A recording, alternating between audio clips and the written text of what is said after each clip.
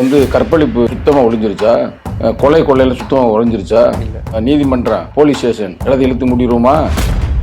தமிழ்நாடே அப்படியே தள்ளாடுது போதையில். நீங்களாம் ஒரு இளைஞர், படித்த இளைஞர், இப்போ நல்லா என்கிட்ட கேள்வி கேட்குறீங்க. இந்த லைட்டாக ஒரு மப்பு போட்டுன்னு கேள்வி கேட்க முடியுமா? ஆம்ஸ்ட்ராங் கொலைக்கு அப்புறம் திமுக விசிகாக்கு நடுவில் ஒரு விரிசல் ஏற்பட்டுன்னு சொல்கிறாங்க, அது உண்மையா? ஆம்ஸ்ட்ராங் இறந்தாரு அப்படின்றக்காக கேட்க மாட்டேன். யார் இறந்தாலும் கேட்பேன் அந்த கேள்வி. அதுக்காக திமுக விரிசல் வருதுன்னா அதை பற்றி விடுதலை சிறுத்தை கவலைப்படவும் மாட்டான். எதிர்கட்சிகள் ஒழுங்காக வேலை செய்யவில்லை, அதை விடுதலை சிறுத்தைகள் செய்கிறது. உடனே விரிசலான்னு கேள்வி கேட்கப்படாதீங்க. ஏடி பூட்டியா இதெல்லாம் நாளைக்கு வந்து அறிவிச்சிருவாங்க திமுக வெற்றி பெற்று விட்டது. ஏன்னா நிச்சயமாக வெற்றி பெறுவார்னு எல்லாருக்கும் தெரிஞ்ச உண்மை. எல்லா இடத்துல கூட சீமான் வந்துருவான்ற மாதிரி சொல்றாங்க. எதிர்காலத்தில் பாஜக விசிகா கூட்டணி அமைக்க வாய்ப்பு இருக்கா?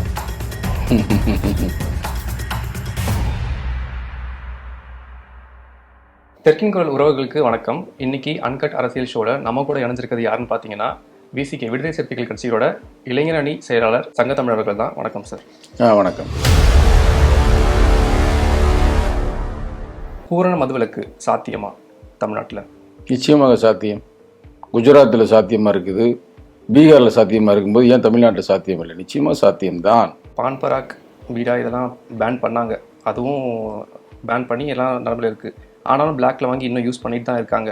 அப்படி இருக்கும்போது இதையும் நம்ம பேன் பண்ணுறோம் போது கள்ளச்சாராயமான விஷயங்கள்லாம் வரும்ல. சரி, அப்போ ஒன்று கேட்போம் கேள்வி. உங்கள்கிட்ட சும்மா அப்படி கேட்குறோம்னு நினைக்காதீங்க, நேர்மையாக தான் கேட்குறான். இப்போ வந்து கற்பழிப்பு சுத்தமாக ஒழிஞ்சிருச்சா? கொள்ளையில சுத்தமாக ஒழிஞ்சிருச்சா? இல்லை.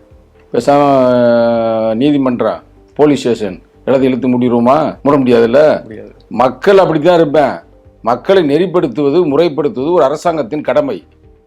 அதனால் வந்து பான் பராக விற்கிறேன், அது விற்கிறேன், இது விற்கிறான், கள்ள வியாபாரம் பண்ணுறான் அப்படின்றக்க கடையில் வைக்க முடியாதுல்ல. அதனால் ஒரு அரசாங்கம் வந்து தொடர்ந்து இது மாதிரியான செயல்பாடுகளை வந்து முழுமையாக ஒழிக்க வேண்டும். சாயந்தரம் 6 மணிக்கு உங்கள் கேமரா எடுத்துகிட்டு போங்க, அப்படியே சென்னை சிட்டிக்குள்ளே போங்க. தமிழ்நாடே அப்படியே இதாகுது, தள்ளாடுது போதையில். அப்புறம் நீங்களாம் ஒரு இளைஞர், படித்த இளைஞர், இப்போ நல்லா என்கிட்ட கேள்வி கேட்குறீங்க. இந்த லைட்டாக ஒரு மப்பு போட்டுன்னு கேள்வி கேட்க முடியுமா? முடியாதுல்ல. மயங்கிடுவீங்களா? சரி, அந்த நேரத்தில் மயங்குவீங்க. வாழ்க்கையில் ஃபுல்லாக போட்டுக்கிட்டே இருந்தால் ஒன்றுமே பண்ண முடியாதுல்ல. அப்போ உங்களுடைய ரிசோர்ஸ், உங்களுடைய அறிவு திறன், உங்களுடைய திறமை எல்லாமே பாதிப்படையுதில்ல. பாதிப்பை உண்டாக்குவது எது? போதை வஸ்து தானே. அதை அரசாங்கமே விற்கலாமா? விற்கக்கூடாதுல்ல. அதான் நாங்கள் கேட்குறோம். இந்தியாவுடைய அரசியலமைப்பு சட்டத்தின் பிரகாரம் இந்தியாவில் பூரண மது விலக்கை உருவாக்க வேண்டும். அதான் நாங்கள் கேட்குறோம் பிரதர். ஆம்ஸ்ட்ராங் கொலைக்கு அப்புறம் திமுக விசிகாக்கு நடுவில் ஒரு விரிசல் ஏற்பட்டுன்னு சொல்கிறாங்க, அது உண்மையா?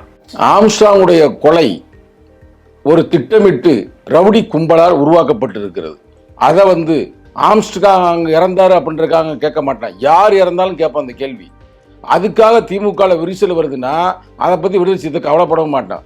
நாங்கள் மக்களுக்காகத்தான் கூட்டணி, மக்களுக்காகத்தான் எல்லாமே செயல்படுறோம். இப்போ வந்து அவர் இறந்து போயிட்டாரா? இல்லை, கொலை பண்ணிட்டாங்க. வயசு 52 வயசு, இல்லை வயது முதிர்ச்சி, அப்படி இதாகி கிளடாகி தானே செத்தார் இல்லையில. வீட்டில் நல்லா திராகாரத்தமாக இருந்தார், வெளியில் வர்றாரு. வரும்பொழுது ஒரு குரூப்பு வந்து டேட் ஃபிக்ஸ் பண்ணுறேன், டயத்தை ஃபிக்ஸ் பண்ணுறேன், வந்து ஸ்பாட்லேயே வந்து ஆளை கொலை பண்ணுறேன்.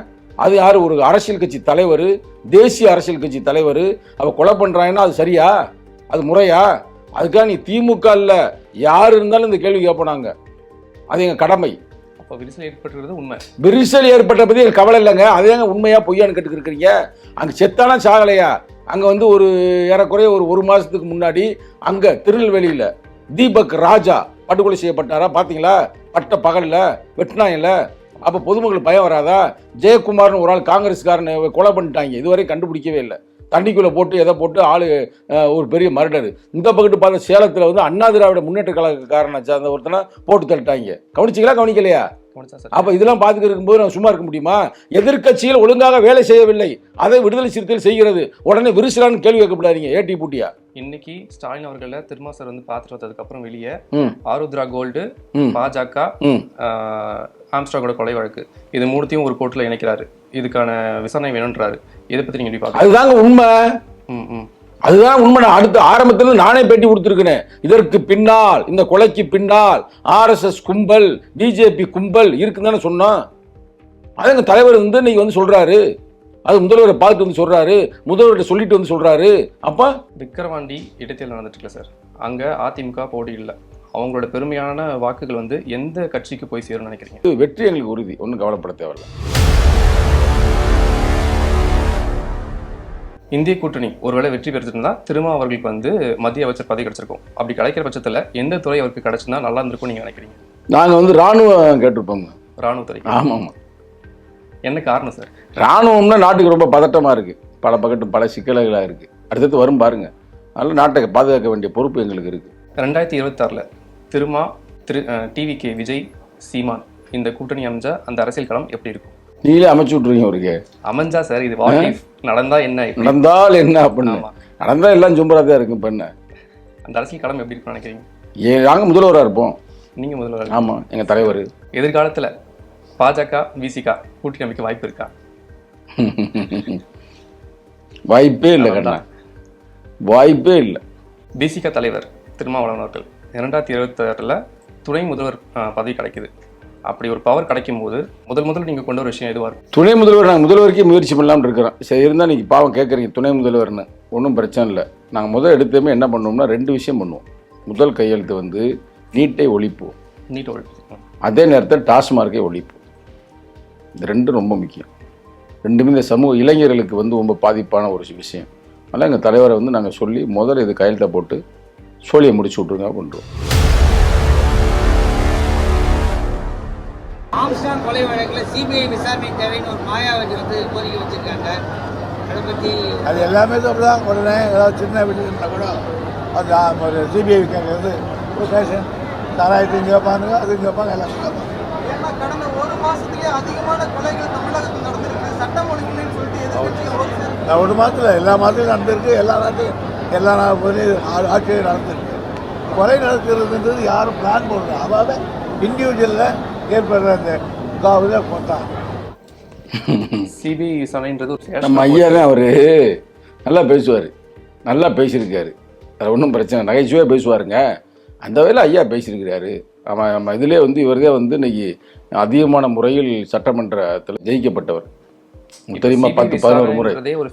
அதுதாங்க எல்லாத்துக்குமே சிபிசிஐடி கொடு, அதை கொடு, இதை கூட நம்ம இருக்கிற வந்து கண்டுபிடிப்பாங்க. சிபிசிஐடியில் கண்டுபிடிக்க முடியவில்லை என்றால் நீங்கள் சொன்ன மாதிரி மாற்றிக்கலாம், ஒன்றும் பிரச்சனை இல்லை. இப்போதைக்கு அவங்க பார்த்துக்கிட்டு இருக்காங்க. நம்ம உடனே மாற்றினா அருண்ன்ற முக்கியமான ஒரு ஆளை போட்டிருக்காங்க அதிகாரியா. அடுத்த கேள்வி அதுதான் சார். போட்டிருக்காங்க, பார்ப்போம், பொறுமையாக பார்ப்போம். அது சரியா இல்லைன்னா அப்புறம் தான் கேட்கணும். அது அவர் நல்லா கரெக்டாக தான் சொல்கிறார். அவர் எப்போ தெளிவான ஆளுங்க, நகைச்சுவையாக இருக்குது, ஆனால் அறிவுபூர்வமாக இருக்குங்க. ஒரு மாதம் ஒரு 15 நாள் டைம் கொடுத்தீங்கன்னா தமிழகத்தில் இருக்கிற சட்ட ஒழுங்கை வந்து அவர் கண்ட்ரோலில் கொண்டு வந்துருவார். அரசியல் வந்து குறுக்கீடு இருக்கக்கூடாது. என்னை பொறுத்த வரைக்கும் குறுக்கீடு இருக்கக்கூடாது. அவர் இன்னைக்கு பார்த்தீங்கன்னா ஒருத்தர் வட்ட செயலாளர் உள்ள ஜெயிலுக்கு ஸ்டேஷனுக்கு போறாரு. அங்கேருந்து ஒருத்தர் ஃபோன் பண்றாரு, அமைச்சருடைய மச்சான் ஃபோன் பண்ணுவான். ஆனால் குற்றம் பண்ணவர் அவராக தான் இருப்பார். அவருக்கு ஆஜராக இவர் வருவார். இந்த வட்ட செயலாளர் வந்து நான் வந்து திமுகவில் இருக்கேன், அதிமுகவில் இருக்கேன், பாமகவில் இருக்கேன், அங்கே இருக்கேன், இங்கே இருக்குன்னு சொல்லி அந்த வேலை செய்யறத தடுக்கக்கூடியவங்க தான் இது. அவரு தனி உரிமை ஃபுல் கொடுத்துடணும். நம்மளுக்கு மக்களுக்கு உதவி செய்யணும். எனக்கு தெரிஞ்சு தொழிலாளிகளுக்கு ஒரு உதவி செய்யணும். ஒரு பட்சத்தனமாக நடக்கக்கூடாது. கட்சி தலைவர்கள்னு கிடையாது, கொலை நடந்தால் அது கொலை தான். அது எல்லாத்தையுமே மாற்றுவார், கண்டிப்பாக மாற்றணும் அப்படின்னு நாங்கள் நினைக்கிறோம். நம்பிக்கையும் இருக்குது. சூப்பர், நல்லா 3 பேரும் நல்லா தான் பேசிக்கிறாங்க. எங்கள் கருத்து தான் அவர் சொல்லிக்கோ. நாங்கள் என்ன விரும்புகிறோமோ அதான் மக்கள் குரலாக இருக்குது. மக்கள் என்ன விரும்புகிறாங்களோ அதுதான் நாங்கள் எங்களுடைய குரலாக இருக்குது. அப்போ ஒரு பெரிய மாற்றம் நடக்கும்னு நினைக்கிறீங்க? உறுதியாங்க, அதுதான் போட்டிருக்காங்க. அதுதான் இல்லாட்டினா எங்கள் தலைவரே வந்து சொல்லியிருப்பார், மேலே மாற்றுங்க, சிபிசிஐடி பத்தாது, சிபிஐக்கு மாற்றுங்க அப்படின்னு சொல்லியிருப்பார். எங்கள் தலைவர் ஏன் சொல்லலை? எங்களுக்கு ஒரு நம்பிக்கை இருக்குது தமிழக முதல்வர் மேலே. நிச்சயமாக கடுமையான நடவடிக்கை எடுப்பார் என்று நம்புகிறோம். பிஎஸ்பி ஆம்ஸ்ட்ராங் ஒரு கொலைக்கு காரணமானவங்க இவங்க இல்லை, வேற யாருன்ற மாதிரி பல பேர் கருத்து வைக்கிறாங்க. திருமாவளவன் கருத்து வச்சிருக்காரு. போராட்டங்கள், வக்கீல்கள் வந்து போராட்டங்கள் நடத்திட்டு இருக்காங்க. நீங்க என்ன நினைக்கிறீங்க? அதான் கரெக்டு. எங்கள் தலைவர் சொன்னார்னா அதில் கரெக்டாக இருக்குங்க. எப்படின்னா, கொலை செய்தது ஒரு குரூப்பு, அதுக்காக சரண்டர் அடைஞ்சது ஒரு குரூப்பு, இதுக்கு திட்டம் போட்டு கொடுத்தது ஒரு குரூப்பு, இதுக்கு பண உதவி செய்தது ஒரு குரூப்பு, இதுக்கு சட்ட ஆலோசனை செய்தது ஒரு குரூப்பு. இப்படி பல குரூப்புகள், பல காரணங்கள், சாதிய காரணங்கள், அரசியல் காரணங்கள், பல காரணங்கள், புரியும் நினைக்கிறேன். இப்படி எல்லா காரணமும் சேர்ந்து தான் ஒரு கட்சியுடைய தலைவரை சென்னை சிட்டிக்குள்ளே காலி பண்ணிட்டாங்க. அப்போ வந்து இதுதான் அதுதான் சொல்ல முடியாது, பல காரணங்கள். அதை கண்டுபிடிக்க வேண்டியது தமிழக அரசாங்கத்தின் கடமை. அதை உறுதியாக கண்டுபிடிப்பார்கள் என்று விடுதலை சிறுத்தைகள் கட்சியுடைய இளைஞரணி கருதுகிறது. தொடர் அரசியல் இந்த வெட்டு கொலை குத்து நடந்துட்டு இருக்குல்ல, இந்த மாதிரி அரசியல் களத்தை நீங்க எப்படி பாக்குறீங்க? என்னங்க அது நாடா இதுதாங்க? பொதுமக்கள் எப்படி நிம்மதியாக வாழ முடியும்? அரசியல் கட்சி தலைவனுக்கே பாதுகாப்பு இல்லைன்னா சாதாரண மக்கள் எந்த அரசியலுமே சம்மந்தப்படாமல் அவங்க உழைத்து தான் வாழ முடியும் அப்படின்ற ஒரு சூழ்நிலை இருக்கிறவங்களுக்கு ஒரு பயம் வருமா வராதா? வீட்டிலேருந்து வெளியே போயிட்டு வந்து வீட்டுக்கு திரும்ப மாட்டானான்ற ஒரு பயம் வரும்ல. அதனால் வந்து கொலை கொள்ளை நடக்கக்கூடாதுங்க. தமிழக அரசாங்கம் கொஞ்சம் கவனமாக இருக்கணும். போலீஸ் இலாக்கா வந்து தளபதி ஸ்டாலின் கையில் இருக்குது. அதை கொஞ்சம் கவனமாக அவர் செயல்படுத்தணும். இந்த மாத கடைசியில் வந்து ஸ்டாலின் அவர்கள் வந்து ஒரு லாங் வெக்கேஷன் மாதிரி போகிறாரு வச்சுக்கோங்க வெளிநாட்டுக்கு. துணை முதல்வராக உதயநிதி ஸ்டாலினை நியமிக்கிறதா ஒரு தகவல் வந்துருக்கு. அதை நீங்கள் எப்படி பார்க்குறீங்க? இவர்கிட்ட எப்படி என்ன எதிர்பார்க்குறீங்க துணை முதல்வர்கிட்ட? அது வந்து அவங்க கட்சி கரெக்டாக, அவங்க யாருக்கு வேணுமா நியமிக்கலாம், அதில் ஒன்றும் தப்பு இல்லை. ஆனால் தமிழ்நாட்டுக்கு நியமிக்கிறாங்க. அப்போ தமிழ்நாட்டு மக்கள் அதை விரும்புகிறாங்களா என்னன்னு பார்க்கணும். இப்போ அவர் வந்து இளைஞரணி செயலராக இருந்தார் அவங்க கட்சியில். இப்போ அவர் ஒரு மினிஸ்டராக இருக்கிறார். கரெக்டு தானே? மினிஸ்டராக நல்லா செயல்படுகிறார் அப்படி தான் செய்தி கிடைத்து கொண்டிருக்கிறது. அப்போ துணை முதல்வர் வந்த பிறகு கூட நல்லா செயல்பட வேண்டும் என்பது எங்களுக்கு விருப்பம். என்டிஏ கூட்டணி 5 வருஷம் கூட தாக்கு பிடிக்காது நீங்கள் தான் சொல்லியிருக்கீங்க. மோடி அமித்ஷா மாதிரி ஒரு பெரிய ஆளும் இருக்க இடத்துல அந்த கட்சியை ஈஸியாக களை விட்டுருவாங்க நீங்கள் நினைக்கிறீங்களா? 2 பேர் யாரை நம்பி இருக்கிறாங்க? அவர் 2 பேரும். ஒன்று பல்டி குமார், நிதிஷ்குமார் பேர் பல்டி குமாருங்க, டக்குன்னு பல்ட்டி அடிப்பார். பாருங்க அடுத்து எங்கே போகிறாரு மட்டும் பாருங்க. நீங்கள் நிதிஷ்குமார்ன்றீங்க, ஓகே ஒன்றும் பிரச்சனை. அவர் பேர் நிதிஷ்குமார். அப்புறம் அதே மாதிரி இன்னொருத்தர் இருக்கார் சந்திரபாபு நாயுடு. ஆரம்பத்திலேயே வந்து மாமனாரே காலி பண்ணிட்டு வந்தவர். காலி பண்ணிட்டாருன்னா அந்த காலி இல்லை, அரசியல் அவருக்கு வயசு முடிஞ்சு போச்சு, இறந்து போயிட்டாரு. அப்புறம் பேர் வந்துட்டார் தெரியுமில்ல. இதெல்லாம் தெரிஞ்சதுன்னு அவங்க கூட்டணிக்கு அதுதான் சொல்கிறாங்க. 2 பேருடைய நிலைமையை நான் சொல்கிறேன். அவர் வந்து பயங்கரமாக வந்து அந்த காலத்திலே எதிர்த்தவர் யாரை? மோடி இப்போ தான் இந்தியா கூட்டணி எதுக்குறாங்க. ஆரம்பத்தில் மோடி எதுக்குறதுக்கு ஒரு கூட்டணியை உருவாக்குனவர் அவர் தான் ஆரம்ப காலகட்டத்தில். அதே தான் நிதிஷ்குமார். 2 பேரையும் பக்கத்தில் வச்சிருக்காரு, லெஃப்ட் அண்ட் ரைட்டில். எப்போ கவுத்து விட்றாங்கன்னு தெரியாது. அது ஒருவேளை கவுத்து விட்றாங்க பாருங்க. திமுக ஆட்சியில் நிறைய நலத்திட்டங்கள் இருக்குது. அதாவது பெண்களுக்கான திட்டங்கள் இருக்கட்டும், மாணவர்களுக்கான உதவித்தொகை திட்டம் இருக்கும், இந்த மாதிரி நிறைய திட்டங்கள் இருக்குது. நீங்கள் இந்த திட்டங்கள்லாம் இன்னும் முன் வச்சா நல்லா இருக்கும் அப்படின்னு நினைக்கிற திட்டங்கள் இதுவாக இருக்கும். அதாவது தந்தை பெரியார் வந்து ஒன்று சொன்னார், என் நெஞ்சில் குத்தின முள்ளு ஒரு விஷயம் இருக்குது. என்னன்னா அனைத்து தரப்பினரும் அர்ச்சகராகலாம் அப்படின்ற ஒன்று இருந்துச்சு, அதை கொண்டு வந்தால் சிறப்பு அப்படின்னார். அந்த நெஞ்சில் குத்தின முள்ளை எடுத்து விட்டார் டாக்டர் கலைஞர் கருணாநிதி ஐயா அவர்கள். அடுத்து இவர் அமுல்படுத்தினார். அதை இன்னமும் சிரத்தையாக செய்ய வேண்டும். நம்பர் 1. நம்பர் 2 வந்து இப்போ தமிழ்நாடு மட்டும் இல்லை, இந்தியா பூராமே 2 ஊராக இருக்கும். ஒன்று ஊர் இருக்குது, ஒன்று சேரி இருக்குது. நீங்கள் நகரமா கிராமமா? கிராமம். உங்கள் கிராமத்திலே 2 ஊர் இருக்கா? ஒன்று ஊர் மக்கள்லாம் ஒரு போயிட்டு இருப்பாங்க, சேரி தனியாக இருக்குதா? இது வந்து தலைமுறையாக இருக்குது. இது ரொம்ப தவறு. நம்மளாம் தமிழர்கள்னு அண்ணன் தம்பியாக இருந்தாலும் கூட ஊரை பிரித்து வச்சுருக்கிறாங்க. இதை பார்த்துட்டு யார் என்மானம் பெரிதல்ல, தமிழர்களின் தன்மானமே பெரிது என கிளம்பிய தந்தை பெரியார் ரொம்ப வருத்தப்பட்டார். அதே நேரத்தில் புரட்சியில் அம்பேத்கர் அவர்கள் ரொம்ப அது சம்பந்தமாக பல புத்தகங்களையும் பல கருத்துக்களையும் எழுதியிருக்கிறார். அரசியலமைப்பு சட்டத்திலே ஒழிக்க வேண்டும் என்று பாடுபட்டார். அதை செயல்முறைப்படுத்துறதுல யாரும் ரெடியா இல்லை. டாக்டர் கலைஞர் கருணாநிதி அவர்கள் தான் முதலில் சமத்துவபுரம் என்று ஒன்றை உருவாக்கினார். சமத்துவபுரம், எல்லா சாதிக்காரனும் ஒற்றுமையாக இருக்கலாம் அப்படின்ற மாதிரி ஒரு திட்டத்தை உருவாக்கினார். திட்டம் நல்லபடியாக போய்க்கு இருந்துச்சு. இப்போ அவர் இறப்புக்கு பிறகு அந்த திட்டம் வந்து கொஞ்சம் மந்தமாக இருக்குது. எப்படி இருக்குது? மந்தமாக இருக்குது. அதை வந்து தளபதி ஸ்டாலின் அவர்கள் ஸ்பீடாக பண்ணுவார் அப்படின்னு நாங்கள் நம்புகிறோம். நீங்கள் இளைஞரணி செயலாளர் கேட்குறேன், இளைஞர்களுக்கான ஒரு திட்டமாக இன்னும் மேம்படுத்த வேண்டிய திட்டமாக இருந்தால் என்ன இருக்கும்? அந்த போதையை ஒழிக்கணும், வேறு ஒன்றும் இல்லை. டாஸ்மார்க்கை இழுத்து மூடணும். இது ஒன்று செஞ்சால் இளைஞர்கள் சூப்பராக வந்துடுவாங்க, உங்களமே வந்துடுவாங்க. நீங்களும் சாப்பிட்டுருக்காங்க, ட்ரிக்ஸ் பழங்களாக இருக்கா உங்களுக்கு? என்னை பார்த்தா உங்களுக்கு எப்படி தெரியும்? அப்படிலாம் இல்லை. அப்போ உங்களை மாதிரி ஒவ்வொரு இளைஞனுமே உருவாக வேண்டும் அப்படின்னு நாங்கள் ஆசைப்படுறோம். இப்படி கேட்டதை சொல்லுங்க, தப்பா எடுக்க வேண்டாம். நீங்கள் எல்லாம் கேள்வி வைக்கிறீங்க. அது மாதிரி உங்களை மாதிரி எல்லா இளைஞர்களும் வந்தாங்கன்னா அதுதான் நான் இளைஞரணி செயலாளர் இருக்கக்கூடிய அந்த பெருமையாக சிறப்பாக நான் கருதுகிறேன். அதைத்தான் நான் வந்து தமிழக முதல்வருக்கு நாங்கள் கோரிக்கையாக வைக்கிறோம். கள்ளக்குறிச்சியில் திமுக வந்து 150 கோடியை வந்து பணமாகவும் பொருளாகவும் பட்டுவாடா பண்ணியிருக்குன்னு சொல்லி பாமக அன்புமணி ராமதாஸ் வந்து வீட்டில் சொல்லியிருக்காரு. அதை நீங்கள் எப்படி பார்க்குறீங்க? அவர் என்ன சொல்லியிருக்காருன்னா, மக்கள் முடிவு பண்ணிட்டாங்க, நாங்கள் தான் கண்டிப்பாக ஜெயிக்க போகிறோம் அப்படின்னு சொல்லியிருக்காரு. நீங்கள் என்ன நினைக்கிறீங்க? அது வந்து அவருக்கு சுபிட் பாக்ஸ் கொடுத்துருந்தா அவர் கம்முன்னு ஆப்பாக இருப்பார். அவர் கொடுக்கல.